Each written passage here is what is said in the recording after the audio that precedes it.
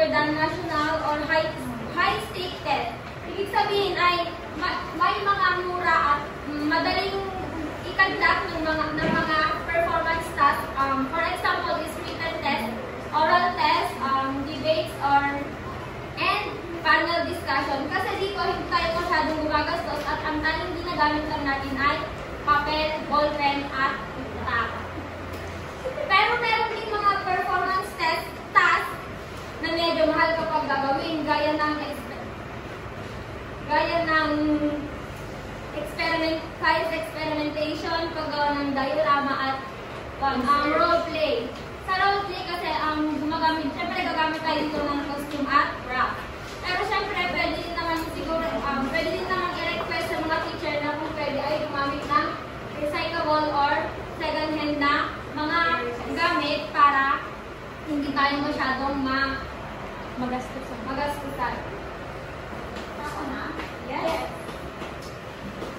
So, base dun sa sinabi ni Krisha kanina, may mga mura na mga test na kinakandak sa classroom. Ano nga ba yung mga yun? Di ba yun yung kapag quiz, ang ginagamit lang natin is mag-instruct ng si teacher sa mga bata din.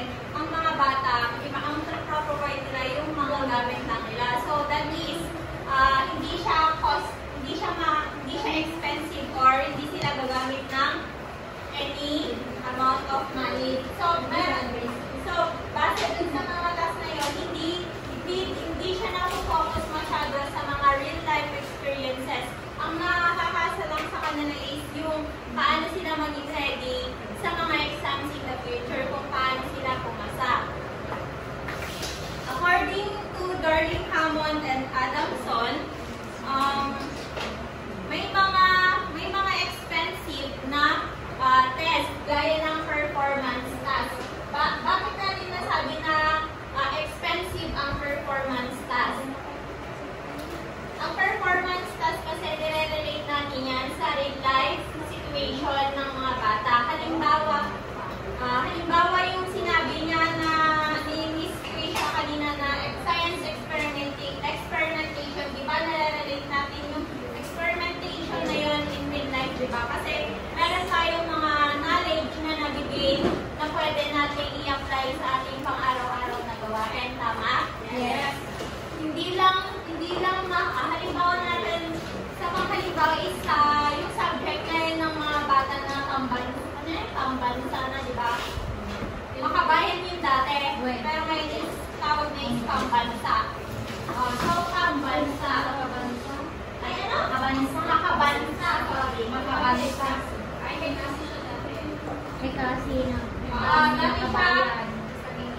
Dati siyang, rin pala ngayon, kasi ngayon tinatawag na siyang makabansa. Pwede natin siyang ilagay sa performance task as test kasi minsan pwede silang gumawa ng essay.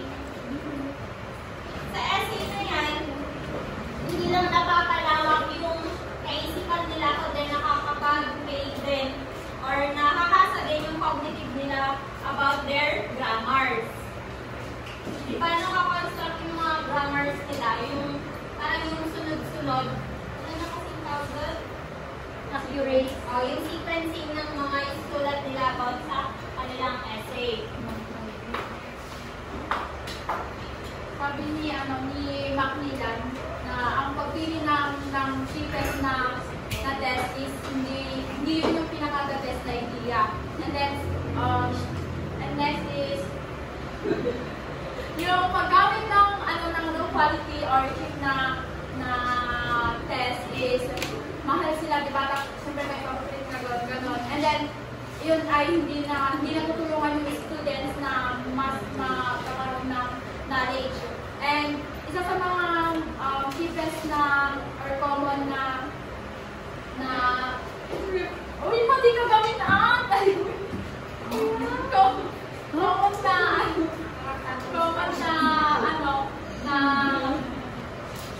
common na test is multiple choice. And then, yung multiple choice kasi is madali lang siya. Like, meron ang mag-select yung student, tapos hindi sila tuto na parang sagot na lang yung one. Ang better na gawin with life situation like performance, skills, ganon. And syempre nakikita natin ngayon na yung mga student is kulang ng mga skills and performance. And yung mga examples ng isang test is yung diagnostic, formative, and summative. Sa diagnostic is titignan kung ano ba yung mga natutunan ng mga students na topic, like pre-test, survey, and questionnaire. Tapos sa formative naman po is tinitignan kung ano ang naiintindihan na tinitignan ng teacher kung ano naiintindihan ng student para makapag-adjust na and makapag-adapt para ma-provide yung kailangan ng student.